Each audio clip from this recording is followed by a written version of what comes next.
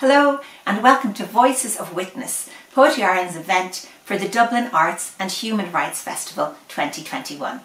I'm Katherine Ann Cullen, Poet in Residence at Poetry Ireland, and I'm delighted to be presenting some wonderful poets, writers and singers for you this evening. We're going to hear voices that bear witness to traumatic events, campaign for change and express solidarity with those who resist and those who suffer. We'll explore the ways in which words, poetry, stories and song can preserve memory, provide solace and reflect on our times. And we also celebrate those who challenge borders, inequalities and injustice. We've 4 poets for you this evening, a storyteller and a singer. Of the poets, Fióna Bolger has lived in Ireland and in India. Her first collection, A Compound of Words, was published by Yoda Press in Delhi, and her second collection, Love in the Original Language, is forthcoming from Salmon Press. Supriya Kartaliwal was born in the Himalayan town of Palampur in India. She is the 2021 Charles Wallace India Trust Fellow at the University of Kent, and Supriya's debut collection, The Yak Dilemma, was published by Mackinac Press in London. Richie Keane is a community worker with Fatima Group's United Family Resource Centre. He grew up in Ballymun and is co-founder of Labour LGBT and SIP2 LGBTQ. Richie says he attempts to write poetry with Fatima Poetry Vigilantes and occasionally succeeds. And as the writer in residence with Poetry Vigilantes for the past year, I can tell you that Richie's being more than modest. Oein DeBhairduin is the author of the award-winning Why the Moon Travels from Skeen Press last year, and a creative soul with a passion for poetry, folk herbalism and preserving the beauty of traveller folklore and history. He's the manager of an education centre and a former vice chair of the Irish Traveller Movement and council member with Midcare Widden. But we're going to start this evening with a song from Niamh Parsons, one of the most distinctive voices in Irish music. She's recorded 9 solo albums and guested on many others. Niamh teaches on Ballyfermot College of Further Education's Traditional Music Performance course. She's president of the executive of the Musicians Union of Ireland and a founding member of Fair Play Gender Balance in Irish Traditional Music. Hello, my name is Niamh Parsons. I'm a traditional singer from Dublin. I like singing old songs and songs that have things to say. I am going to sing a song called Bread and Roses. The term bread and roses comes from a speech given by an American activist, Helen Todd. In her speech, she meant bread for all and roses too. The song itself comes from a poem, Bread and Roses, by James Oppenheim, and it was first published in 1911. As we go marching, marching in the beauty of the day, a million darkened kitchens, 1,000 mill lofts grey, are touched with all the radiance that the sudden sun discloses. For the people hear us singing bread and roses, bread and roses. As we come marching, marching, we battle too for men. For they are women's children, and we mother them again. Our lives shall not be sweated from birth until life closes. Hearts starve as well as bodies. Give us bread, but give us roses. As we come marching, marching, unnumbered women dead, go crying through our singing their ancient call for bread. Small art and love and beauty, their drudging spirits new. Yes, it is bread we fight for, but we fight for roses too. As we go marching, marching, we bring the greater days. For the rising of the women means the rising of the race. No more the drudge and idler tend that toil where one reposes, but a sharing of life's glories, bread and roses, bread and roses. Yes, a sharing of life's glories, bread and roses, bread and roses.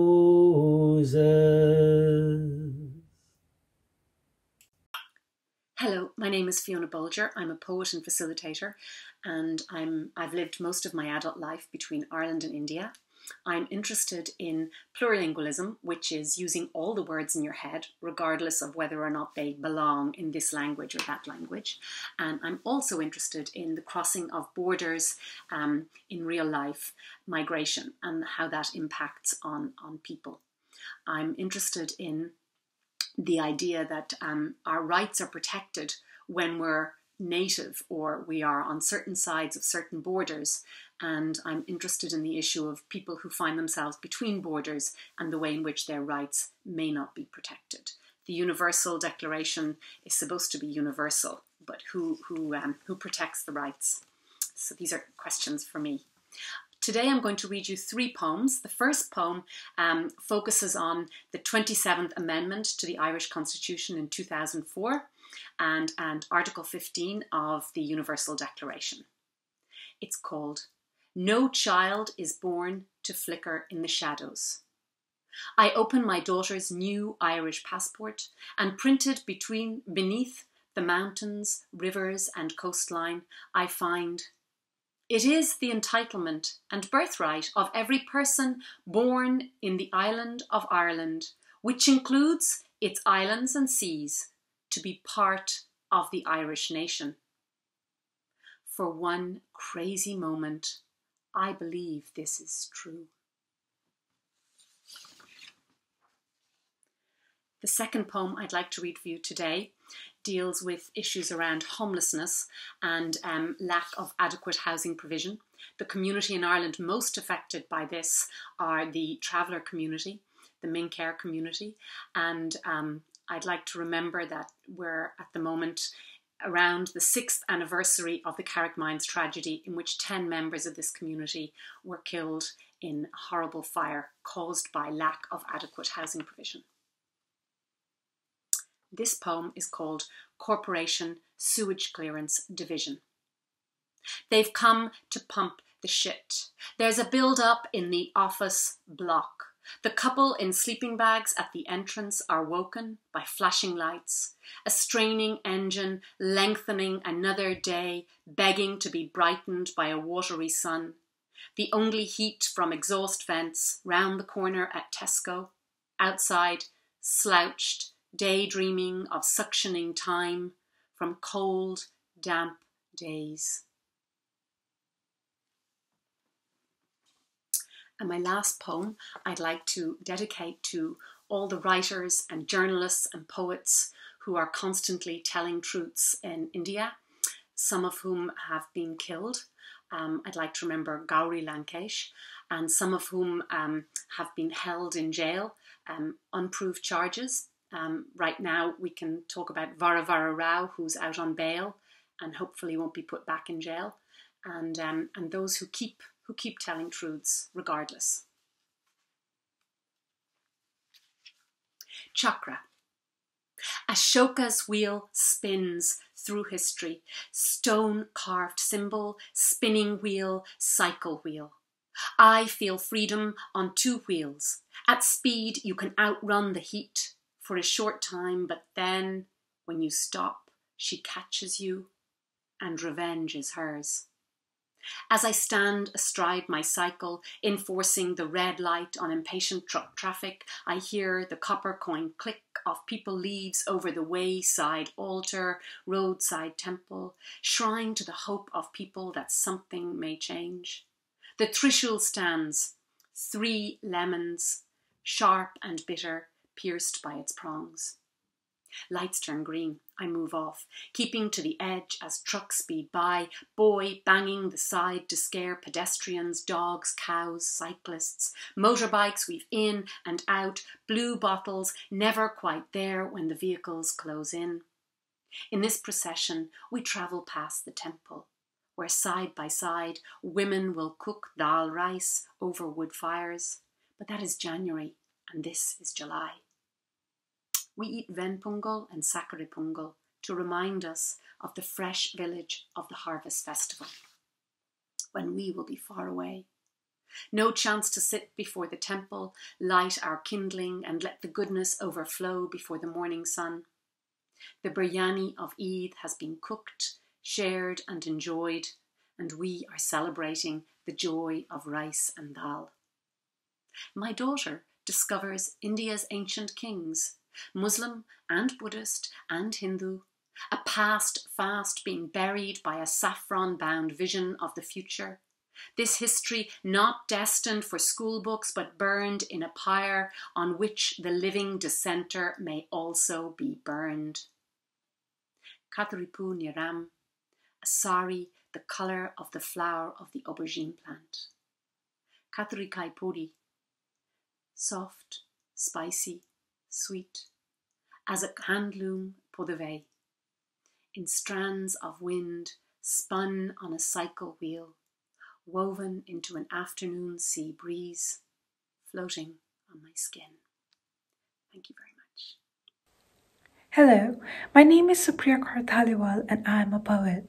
As a poet, I am very interested in the idea of what lies in between, what is on the margins of the metaphysical or the palpable, what is on the borders of the geographical or the physical.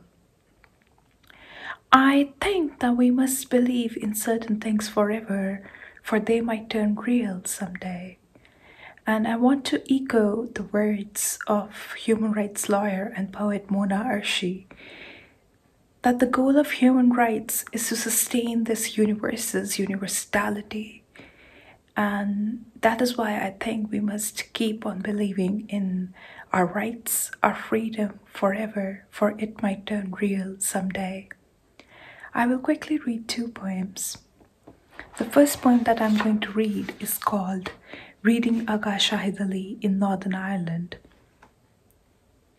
My uncles drink scotch by the gallon, and my aunts make endless cups of cha, each uncle being the father of a daughter who lives overseas for a better fortune, each aunt being the mother of a son who immigrated to become the one who got away from the mafias that wanted to get hold of his inheritance. When my family sees Kashmir being turned into a country without a post office on their tellies, wherever they are sipping their scotch and cha, they call me to tell the BBC has reported Northern Ireland as the Kashmir of the United Kingdom. I sigh when my uncles ask me to spell Belfast, adding, how do they even get here from London? I should have chosen to study in California instead, they think. Who am I to say anything? I write ghazals in English in a country where I'm constantly told that English is not my first language, and yet I hide my pain under iambic pentameter. When I read my Anglo ghazal in a theatre about the partition of Punjab in front of the best lot of poets around, someone calls my lot of people refugees. Aga, how little we know. We were exiles in every land, every language, even the language in which words were unimportant. When we did not cry in Urdu on our births and our last cries that refused to be in Punjabi, are only indifferently innocent tributes sent out to a world which was never ours, which could never be ours. I've been working on a sequence of poems around the life of the Irish theatre practitioner who lived in India named Nora Richards. And my next poem is a part of that sequence, and it is called Nora Marches with the Farmers to the Single Border. When a nightmare lands in a Google search box, we rely on the internet gods to tell us why what is already ours could never be ours anymore. While our virgin lands await habitation by our new rural orders, we walk wearing garments on our feet, polished by the dirt we are proud to claim our alliance with. Almost a century ago, I once boarded the Lloyd Trestino ocean liner bound for Bombay from Holland. And Bombay really felt much farther than anywhere I had ever been. But where we are today is a destination where we always arrived whenever we wanted to set off. Thank you. My name is Richie Keane. I work as a community worker with Fatima Groups United Family Resource Centre in Dublin 8. I am a campaigner on LGBT plus reproductive justice and kind of working class community activism. And here are a couple of poems from my work with Poetry Vigilantes group here in Fatima. A New Ireland. His badge collection reflected a new Ireland. Marriage equality badges and repeal the 8th, rainbows and repeal hearts, a shrine to a new 21st century Ireland. All that shoe leather, all those marches, all those hopes and dreams and bitter tears. From the garden of remembrance, much to remember. The silenced, the shamed, the persecuted, the ostracized. The underdogs have finally snatched victory from defeat. Chinks of light shattering the shadows of a cozy cartel of crozier and harp. An unfinished revolution, much done, a lot more to do. Budget. Peggy performed miracles. Factory worker feeding a family from nothing. More loaves and fishes, a weekly Ballymun miracle. Once Geraldine Kennedy, ex-Irish Times and PD, managed a week on a budget in Ballymun. Oh, how we laughed and guffawed at her 7-day budgetary prowess. Try life on a perpetual budget, baby. The women of the matriarchy of Ballymun, cooks, cleaners, counsellors, educators, economists, and psychotherapists, mammies of the circular economy and all of a Tuesday. Try life on a perpetual budget, baby. Canaries in the coal mine.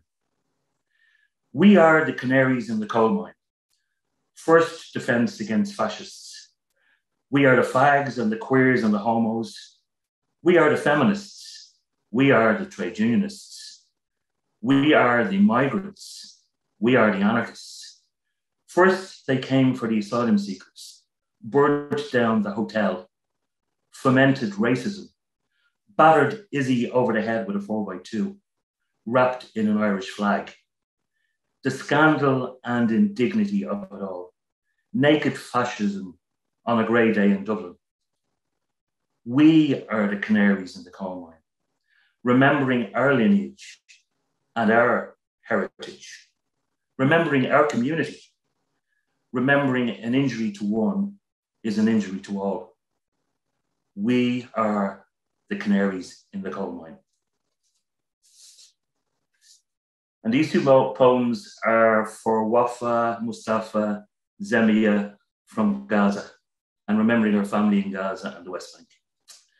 Fatima. On a rainy day in Fatima, I run through 60 words for rain. I see kids in a Dublin playground playing rock, paper, scissors. I hear giggles. On a rainy day, a girl named Fatima has tear gas and white phosphorus raining down on her. No laughter in the playground. Intifada rock, eviction paper, surgical scissors. Erasure of heritage, erasure of language, erasure of Palestine, the cartography of apartheid. Breaking news. In breaking news, I see apartheid Israel, the penal laws, the settler colonialism, the plantation system. The network news Chiron dilutes this to clashes and conflict. It fails to connect the dots. The daily harassment, the ritual humiliation, the evictions, the phosphorus bombs, the bullets and tear gas, the assassinations, the murders, a shrine to inhumanity, genocide for slow learners, where even the olive trees are bleeding. Hi there, my name is Oein DeBhairduin. I'm an Inker, also known as an Irish traveller, and I'm very active in the spaces around education, LGBT rights, and rights for the Indigenous and nomadic people of Ireland. And today what I wanted to share with people would be one of our traditional tales from our, our tradition of storytelling, inspiration, understanding the world around us. And I do think that those tales, expressions, and understandings are actually a part of our fundamental right to our identity, which is so very well knitted into the very fibre and fabric of who we are and where we exist within the tapestry of Irish society. And talking about tapestries, this story itself is a traditional tale of where spiders come from. The title of it is called A Bior Tulla Amala Swert, and it's, in English is called the Women Who Gather. The first story I recall telling was one I had heard at school. I was about 9. I was sitting on a small wooden chair in the backyard and was watching my father and a neighbour cut sods of soil in the garden in an attempt to dig out the foundations of a small shed that was never to be. The groove was marked that day. It exists, and every time I see it, I'm reminded of the sharing of stories. The tale I had heard at school was about the Virgin Mary and the Christ child, and how they had hid in a cave from some soldiers, and a kind spider had wove a web so thick at the entrance of the cave that the soldiers did not venture in, deciding that no one had passed that way in many a year. I had only half heard it before I decided I was going to pass it on. It was small, and I was small, I should say, and I was a wisp of a Sublime, short in words and shy in company. But the anticipation of telling a tale filled my steps home with a subtle joy and a loud excitement. I remember telling the story and feeling very proud of it, and feeling as tall as if I was standing in the chair rather than sitting on it. My father stood for a short time listening to me, with his hand resting on the top of under his chin as he lay on the handle of the shovel, his grey eyes regarding me kindly until I had finished. After a while, he returned to the shoveling of the soil and aside and told me the tale of where spiders come from and why some still weave the red cords upon our wrists. Once there were old women who would travel the land carrying tightly woven willow baskets to gather the fallen bark of crabapple trees, wilting St. John's wort plants, and any fresh eaters that they could find. They plucked the flax that grew brazenly on the roadside, and the wool that snared on the thorns of brambles, orton trees, and firs. They dressed mostly in black, but the edges of their garments were lined in red, white, and yellow. Some of the women had additional stripes in their dresses of different colours, one for each of their children, living or departed. Their hair, long, was plaited in firm braids, and about their hips they had small beady pockets, embellished with medals, tokens, and buttons that were tied tightly. Every evening they would boil and dye the wool red in a big cast iron pot that rested in the campfire in the heart of the molly in which they lived. During the night, they would continue to spin and weave the cords, to render them red for the young children. They would sing songs of hope and melodies of joy in a chorus of sweet voices with minds of very clear intent, stirring and carding and weaving thoughts and prayers into the chords for the young. At dusk, they would gather. At night, they would labour. And as the dawn came, they would rest peacefully in their beds. And this is how it was for a very, very long time. However, as years wore on, more and more children were born and welcomed into the world. And the old women who gathered began to struggle to keep the pace of their labour. They worked and worked and worked to make the cords of red colour of blood, tones of deep red and iron rust. Despite the struggle, they continued to keep weaving the cord, and that one day they would weave the cord long enough to encircle the entire world, so no child would ever be without care of a loving blessing. Dawn and dusk and night and day blended into one as the work continued, and the old women who gathered forgot to stop, eat, to rest. Over time, their fingers, who were once kissed a soft pink with dye, became darker and darker. Some were brown from the dust of the ashes, others are black from the coal of the well-stocked fire that kept the dying pot boiling. Still, the old women who gathered worked on. The molly that had once been filled with such songs and dances of joy became silent as they continued to focus more and more on their task. Now the sweat of the brows began to wash away the red from the cord, and it became silken grey gossamer. In time, the cords became thinner and delicate as filigree, but at their core they held their strength. Still, the old women who gathered worked on. They grew thin and bony as they neither slumbered nor feasted, and they began to shrink. Some of the old women who gathered worked one or two of their very own fingers away, while others kept the gathering baskets so tightly strapped to their backs, never bothering to take them off between gathering and dyeing and weaving the cord. Their hearts, they remained warm, and the task remained their focus. In time, the old women who gathered grew smaller and smaller, less of this world and more of another, until one day they looked little more than a bundling of fingers, spinning and weaving with the gathering baskets on their backs, adorned with the stripes and shading of the once belonged to the dresses and to the beady pockets. And they had become the very first pilots. And even now, they continue the work, spinning onwards and onwards across the very world. Thanks to Oein DeBhairduin for his beautiful story, and to our singer Niamh Parsons and poets Fiona, Supriya and Richie. It's Ann Cullen here again, and I'm going to read 3 poems. The first is one of a series I've been writing as poet in residence about tenement artefacts in the North Inner City folklore collection. It's called Monto Cross, and it's about the hypocrisy of the treatment of women, in this case prostitutes in the Monto area of Dublin about 100 years ago. You'll see in the poem that while church and state vilified the woman, it was the ordinary people who brought her comfort at the end of her days. Monto Cross. As she lay dying in the joiner's tenement, the priest disdained to bless her, for Margaret Carroll had once whacked a man with a poker when he wouldn't cough up.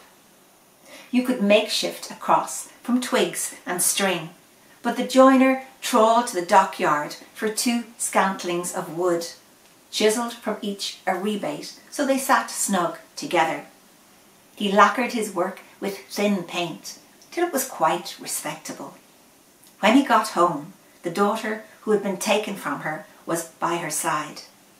Margaret had no strength left, but the cross was light as air, lighter than any air in the choke of the Gloucester diamond. She clutched it with the hands she had held up for her prison photograph. It was black as a brothel poker, black as she was painted, black as the chemise a judge had once given his favourite girl. That's Monto Cross. My second poem, Spike City, is about the crisis of homelessness in Dublin and how people can choose not only to ignore it, but sometimes to make it worse. Spike City. We've made a bed of nails for you outside our head office to discourage you one more time. Some days you challenge us. We find ourselves stepping over a ragged yogi balanced on the concrete spikes. We call it defensive architecture, as though we were under attack from the rough sleeping that we make rougher. There's a spike in homelessness, but it won't pierce the glass edifice where we practice mindfulness every Tuesday lunchtime. We look straight ahead while a tentative sky stretches over O'Connell Street, trying to make itself comfortable on a giant spike. That's Spike City. And I'm going to finish with a poem from a series of poems I wrote about Caravaggio's 7 Acts of Mercy. This one is called Pilgrim, and it's about the character of the pilgrim in the painting who's on his way to Santiago de Compostela in Spain. Pilgrim, housing the stranger. shelter me. I come from yonder or beyond.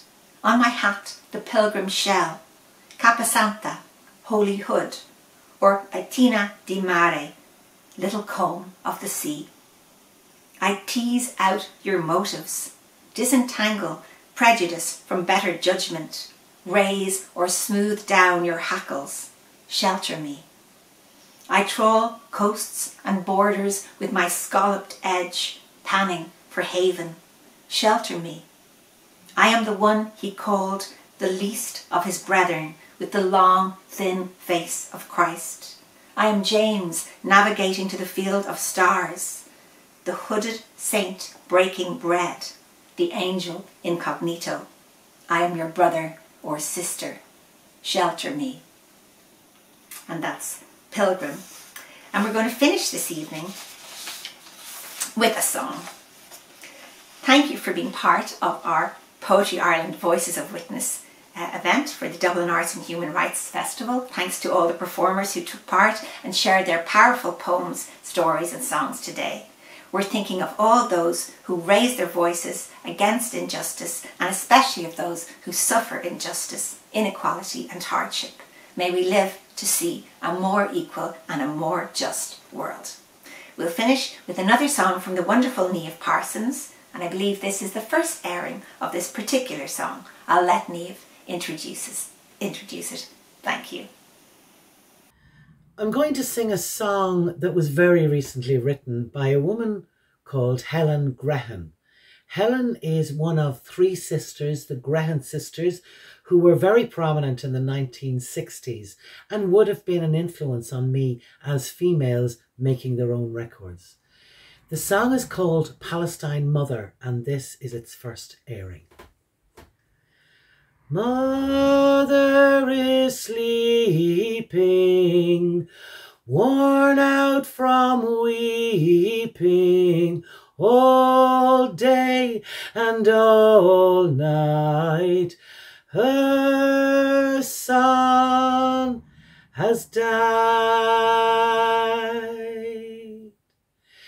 Now he's a martyr, forever after, torn from her bosom, coming from school.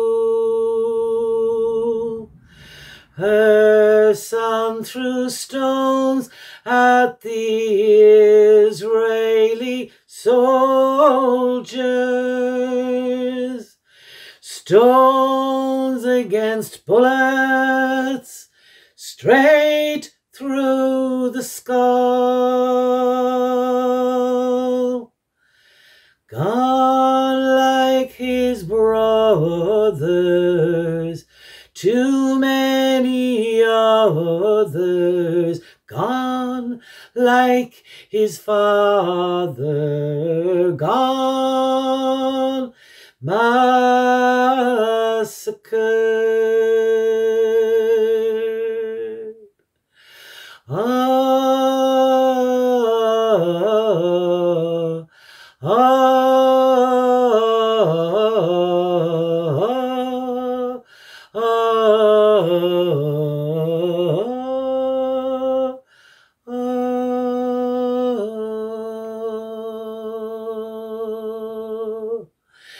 Mother is dreaming of peace and of freedom, no more the bloodshed, no mother's children dead, no suicide bombers, no more child martyrs, no more Israeli fire down all her days and nights.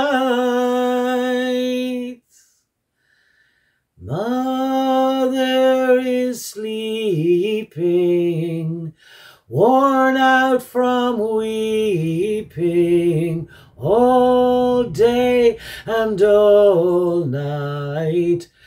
Who's next to die. Oh, oh,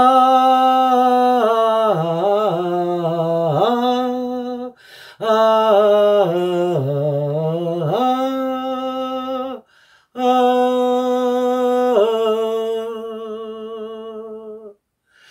oh.